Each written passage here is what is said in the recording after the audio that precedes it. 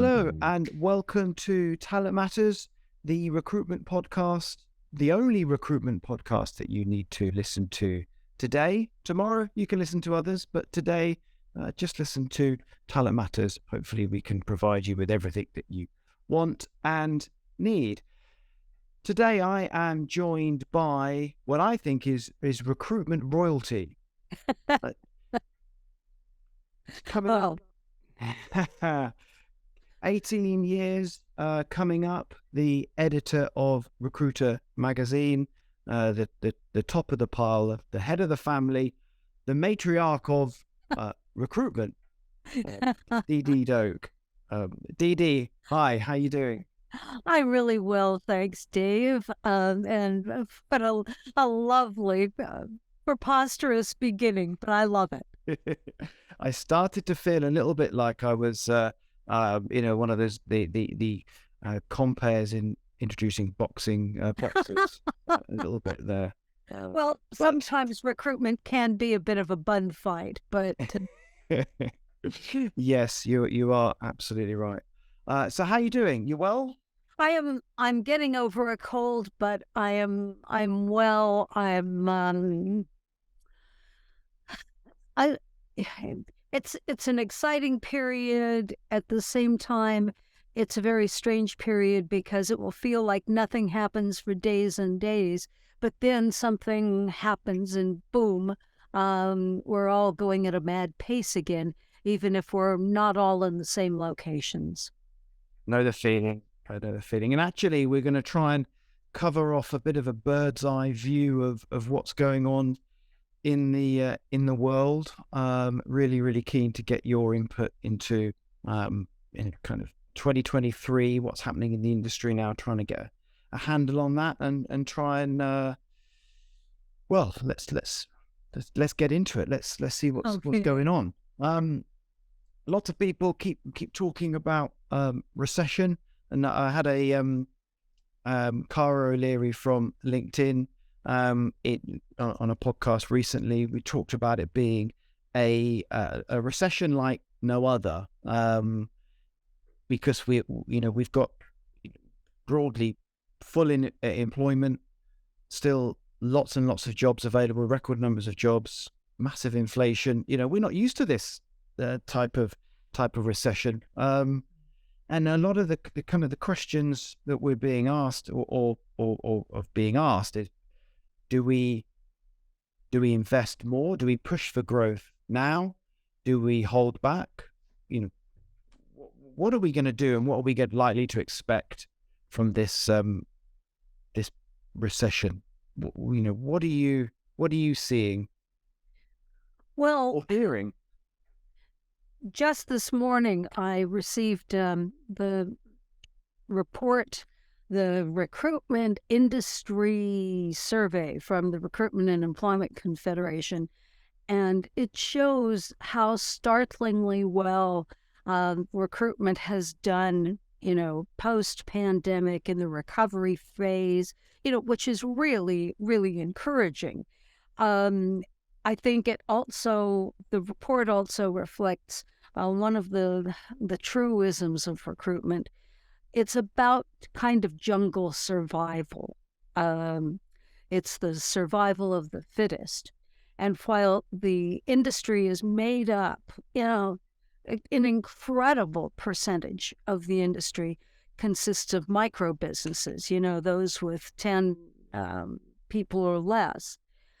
It's still a pretty healthy environment for those micro businesses, which, is really encouraging. It talks to the aspect of entrepreneurialism that recruiters love so much and is part of the DNA of the industry. What I think a lot of this suggests is that this might not be the time to go over the board, if you will, on investment. Interest rates are high. There's inflation, but it feels like the kind of recession where if you mind your finances, you're not going to go broke. A healthy balance of spending when you need to, but also being cautious about your spending. Guess it's a little bit of a classic piece of advice around cash flow. Keeping making sure that you keep an eye on your cash flow, because as we know, that's what catches a lot of businesses out, and that's especially true within the recruitment industry. So, I guess it's that's one thing to just keep an eye on, to make sure that there is enough cash in the bank, that you have a war chest, if you like, if suddenly all of those deals start to slow down. So, kind of keeping a Well, sensible approach. at least through the autumn, the organizations that help companies buy each other out have been reported that, they've been incredibly busy. So yes, there are people who want to exit the industry, but they might have wanted to exit anyway. And there are just as many, coming on and saying, I want your business. I can do something with your business. Yeah. Yeah, I think, it's, you made the point about the kind of micro business. I think that's really interesting, because, if a lot of businesses are kind of 10 people or less, 15 people, something like that, you can really influence and impact the revenue that you make, because it could be if you pick up two or three new pieces of business, two or three new clients, that makes a huge difference to the business performance, rather than being reliant on forces kind of outside of your control. So maybe historically, the entrepreneurialism of the recruitment industry is what kind of keeps it going. But how do you see this potentially to be different from previous recessions? Well, that that's kind of a tough one. I think I don't see there are going to be layoffs. No getting around that. And we've seen that already in the tech industry. Although whether that has to do with the recession or purely or people, organizations getting fed up with, putting their money into advertising on Twitter and the Meta products, I don't know. However, I think that there's a chance that with the investment in people in these tech organizations not being so high, I think there will be potentially less pressure for people to be purchasing and investing in the tech world. Maybe that's going to see some kind of a slowdown because there won't be the money or the people for R&D in the tech, and I'm talking about digital asset kinds of things that there has been in the last few years. When you look at sectors that are still continuing to do very well in recruitment, things like healthcare, pharma, those are very solid industries that are going to continue to need investment. Those aren't going to go away. We're seeing strikes in healthcare. So does that mean that there are going to be a lot of temps pressed into service by recruitment agencies? I think maybe to try to narrow down what I've been saying here, I think the recession is going to have most impact on certain industries, but I think there are other industries that will not see so much. I think it's, as you said, things like healthcare, it's not going to the NHS has a huge hole of vacancies that it needs to fill. And you just can't see that disappearing, with a recession. And I do think that with a lot of the vacancies that we have, it's going to have to be a huge reverse to go back to kind of where we were pre-pandemic. If we were thinking that there was maybe something like 800,000 jobs available, something around that pre-pandemic, and if we're at the point where it's 1.2, 1.3 million jobs available today, to even be back where we were is a huge industry or economy crippling reverse of losing 3, 4, 500,000 jobs, and I just don't see how that could happen. One of the things that I see happening as a consumer, as well as working within the recruitment industry, is that I think instead of a jobs crisis at the moment, I do think we have a skills crisis, and I suspect we'll talk about that more a little later on. Nice segue. That I like that. Yeah. But I also think that there's a real severe supply chain problem that could impact the world of work, in that there are no products for people to sell. Maybe there aren't enough people in the warehouses, but I think the lack of supplies that are needed for businesses and the lack of skills are two of the things having the biggest impact.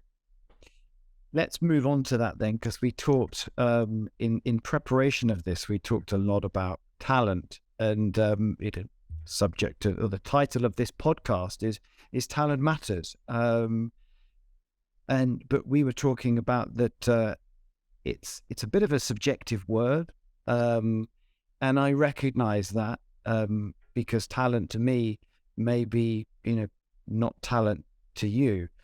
So you think that really there's a bit more of a focus on skills and developing skills, and that's a little bit more tangible in terms of the skills that people have, right? It is. And I think, unfortunately, maybe this is just my subjective view of the word, I think skills is perceived as kind of a boring word. And, maybe that's why it isn't used as often in the recruitment sector as it might be. Talent sounds exciting. It's exciting, isn't it? Yeah. Yes. Yeah. It's a marketeer's dream. Yes. And skills is just kind of a nose to the grindstone sort of word. But I think it needs to encompass capabilities, abilities, aptitude, knowing how to do something, being able to do something or some things. And I don't think we pay enough attention to that. With talent, it's as if somebody has burst into the world, knowing everything they need to know, being great in one line of work or another. And I just don't think the word talent encapsulates what is needed adequately. You think it's also quite similar to potential, because we sort of describe talent as something that is going to happen. Someone that is kind of top talent. We're waiting for that, the realization of that. It's like waiting for the egg to burst open.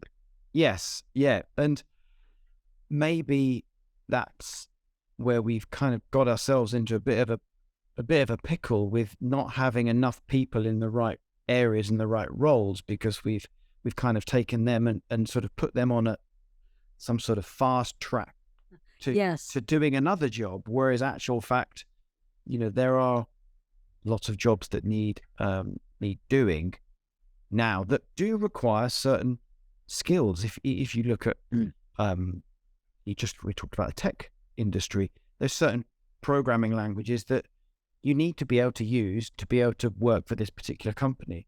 Yeah. And it doesn't matter how kind of good you're going to be at that, if you've only got a basic or foundation knowledge of that, and the role requires an advanced knowledge, it's not going to work. You need someone with that skill now. But we're a bit of a, using all the cliches a little bit with the egg, but like chicken and egg, that if they Yes. have it, where do they get hold of those skills? And, we've talked about, do we have to have more of a focus on upskilling? And again, something else that we talked about in the preparation of this is the fact of where agencies, recruitment agencies and consultancies sit in this world of trying to get the foundation stage coder to an advanced stage, and if they have a role to play in that or not. I don't know. But I think as the practice of recruitment evolves, I think recruiters do need to have a role in that. Um, over the last few years, and this is an exciting development in recruitment, recruiters really have pulled their bootstraps up, and begun going into areas that they didn't previously go into to provide a portfolio of services to clients. And you mentioned the word potential, and potential is a great word because it suggests limitless possibilities, or at least some possibilities. And I think, again, this is getting very granular, but I think you have to look for aptitude. How do you test for aptitude? I think there are tests that can be administered that look for aptitude, but I think for recruiters, it's got to be more than just a job match. You need to have Ruby on Rails, you need to have Python. You have these things, okay, you're in the job. I think that it's not enough to know or to have an idea about what somebody can do right now. How can they grow with your organization? How can the organization provide a place for them to grow and develop? If you want to retain great people, you need to be looking at their aptitude, I think, from the very beginning. And from an agency perspective, they, with so few candidates, if they can kind of stay with a candidate on that journey, commercially, it's good for them to be able to do that. And we don't see much, I think, or I don't hear of much loyalty with candidates working with specific agencies. They will tend to use whoever is got the roles that they want. But maybe that's something that we could encourage more, so a candidate stays with an agency long term. I'm going to disagree slightly with you there, Dave, Good. because That's what we want. That's it. I do. I'm not getting into a boxing ring with you, though. I do hear about situations where a candidate that started out with working with a company and maybe a specific consultant continues to work with them throughout their career, until the point, and including the point where that previous candidate becomes the client, and they know what that firm or that consultant can do for them. And, it's one of those matches made in heaven. Maybe it doesn't happen as often as one would like. And I think if you, go with the bad old days of recruitment where it's just get a bum on a seat, grab your fee and, you're off again to the next big one. That's going to be an effect, not keeping your candidates with you and loyal. But actually, when I first started at Recruiter all those years ago, one of my first interviews with a recruiter as editor was with a guy who basically taught me a lot about how it was possible to work with people throughout their career, and that how some of his best clients at that time had been his candidates. And I thought, wow, um, that that is a possibility. It doesn't have to be a, quick churn, quick buck, quick pound kind of thing. Yeah. I think recruiters are getting better at it. Um, but I think it's not a new thing. It's been there. Do you think, and I want to ask you about, you mentioned about the evolution or uh, recruitment evolving over those 18 years, which I expect have flown by. What are some of the things that you've seen have evolved? And that example that you've just gave there is as true then as it is now, in terms of how you you build relationships is really, really the key to being successful. But you mentioned bad old days. How are you seeing it evolving over those nearly 20 years now? The easy answer, of course, is technology. Yeah, technology is, has just been this galvanizing force in the industry over the last 17 and a half at the moment years. But also, I think we've seen a recognition by the industry that it's not good enough um, to make the quick money, that there has to be more of a relationship over time if you are going to build your business. I think there is an evolution in how businesses present themselves, their aspirations. Even with the big organizations. Some years ago it was more about very transactional. That's the word I want. And some have seen, I think, with the rise of the in-house recruitment professional, I think there's also been a rise in the realization from the agency recruitment world that it can be a small town wherever you're operating, and you need to build those relationships, and you need to build your expertise. Recruiters need to build their expertise, and instead of just being able to talk about one or two candidates that are really hot, you need to understand the industry that a company works in. You need to understand where you might find these kinds of people. I mean, there are more things that recruiters have to know now, I think, than ever before.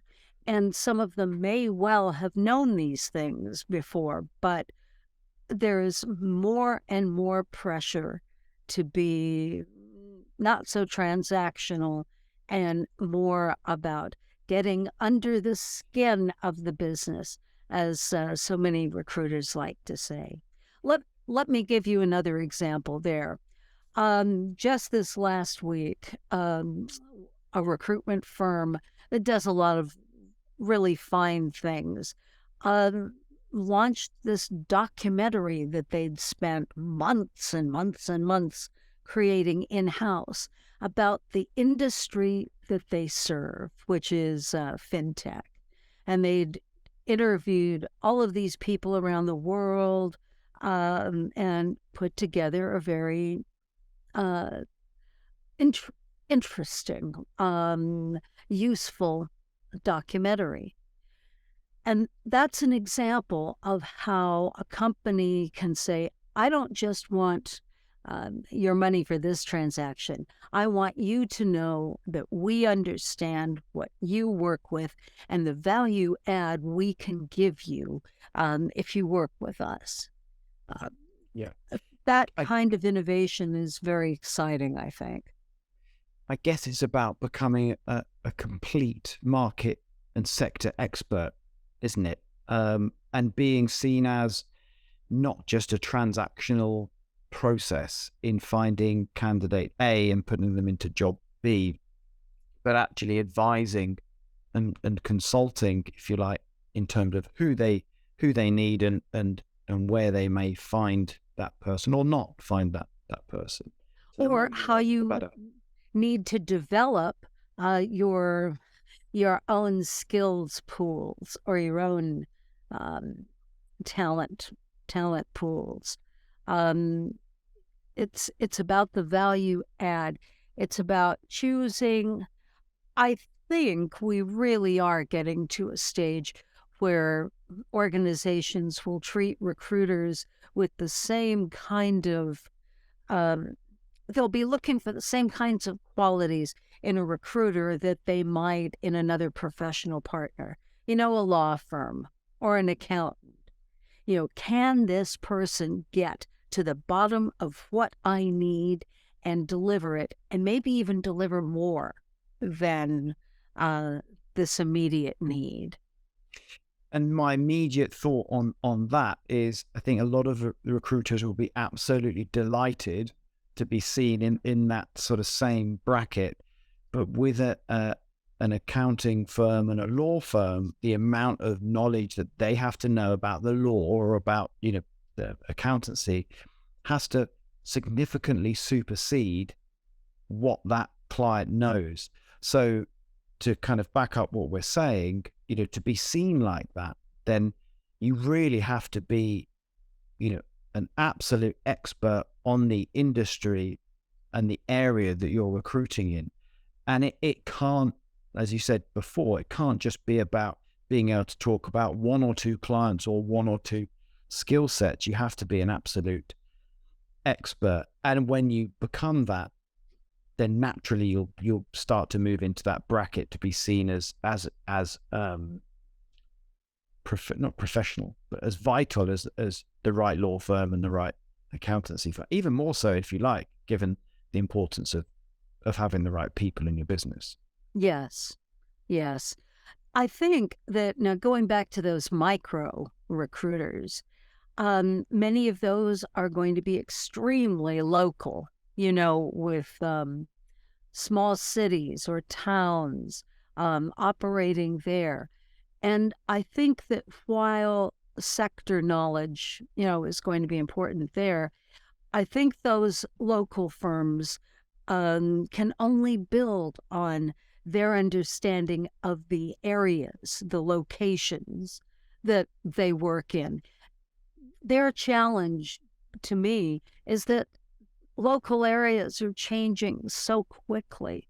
You have a much greater urbanization of rural areas and, new employers coming into the market. Do you have the skills there? I think that's another interesting area of that. And I do think that the pandemic has shown a light on that. There are lots of people who are saying they want to go back to their roots or want to get out of a major conurbation like London or Manchester. But you have to, this is getting into a whole nother political thing.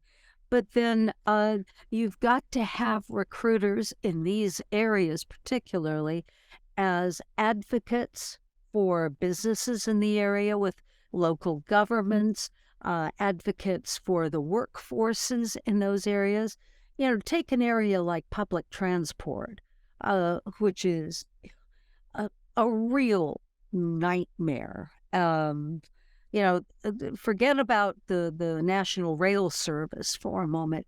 Talking about transport that get people to jobs, out in, well, I won't mention any specific counties or areas, but I think recruiters do have a role to play in helping business in their communities optimize their capabilities. it may even be there that they've got greater opportunity to work on this skills thing that we're talking about. Ultimately, I guess what we're saying is just there is a huge amount of potential to go above and beyond what maybe was once just a transactional service that you find someone, you place them, and then you go on to the next one. There's a lot more that can be done, and all of this can help build barriers to protect, a downturn, a recession, a slowing of business. You start getting other areas of revenue, and building stronger relationships with clients ultimately, and local business. Yes, recruiters out, that don't deal with a mainly big urban workforce, they also need to look at their portfolio of services and think, what else can I do for my community? What can I do for my candidates? What can I do for the businesses there? I think that's an area of largely untapped potential for the recruitment industry. This time's absolutely flying by. It absolutely flying by, and I've got to try. So there's half of me that wants to carry on because we are absolutely getting into it, and there's so many pockets of interesting topic that we could get into, but we are running out of time. Sorry, I talk too much. It's fantastic, absolutely brilliant, and we've covered a lot of good stuff there, and we're going to have to do this again, and perhaps when we're a bit further on down the line, we can come back to some of the things that we said we thought were going to happen, and see actually how it did. But you are an absolute wealth of knowledge, so I feel bad for kind of wrapping this up, but time waits for none of us, unfortunately, does it, Dee Dee? So absolutely amazing insight, and really appreciate it of you coming on and doing that. I can't finish the podcast until we've done our food question that I have on each one, and recruitment and food go hand in hand, of course. But tell us about what you would do with the scenario is you're putting on a show, dinner party, inviting whoever you like. You can have catering in, you can do whatever you want. But what I want to know is, what are you cooking, or what is going to be on the menu? What are you serving up? I have to tell you, Dave, I saw that question on the perceive what we were talking about, and that is the most terrifying question of all, because I'm probably the worst cook in the world, and my idea of having something that You can get caterers in. Well, I think so. Have takeaway from about 3 different places. A great Thai place, a great burger place if they serve vegetarian burgers, and a great Mexican place. I like exotic food.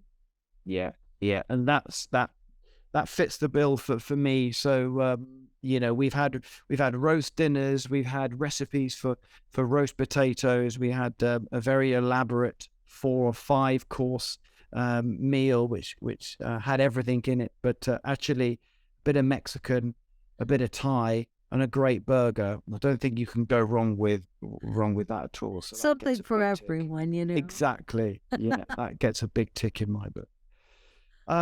Super, brilliant. Dee Dee, thank you so much for coming on. I think that was great, really Thank good. you. I hope everybody listening and watching found that useful too. So thank you for watching. And if you have watched or are listening, please do give us a like, give us a comment, tell us what you think. I bump into people at various different industry events, and they say, hey, Dave, I listened to your podcast, really like this, really like that. If you're one of those people, then please don't be a stranger, don't be shy. But give us a like, give us a comment. Even if you think it's rubbish, I don't do that. Just tell me in person. No, please don't be a stranger, share and like. But Dee Dee, thank you very much. Want to definitely get you back on again because there's so much more that we need to cover. But for now, thank you very much. Thank you so much, Dave. This has been great fun. Good fun. Super. Lovely. Thank you, everyone. And until next time, goodbye.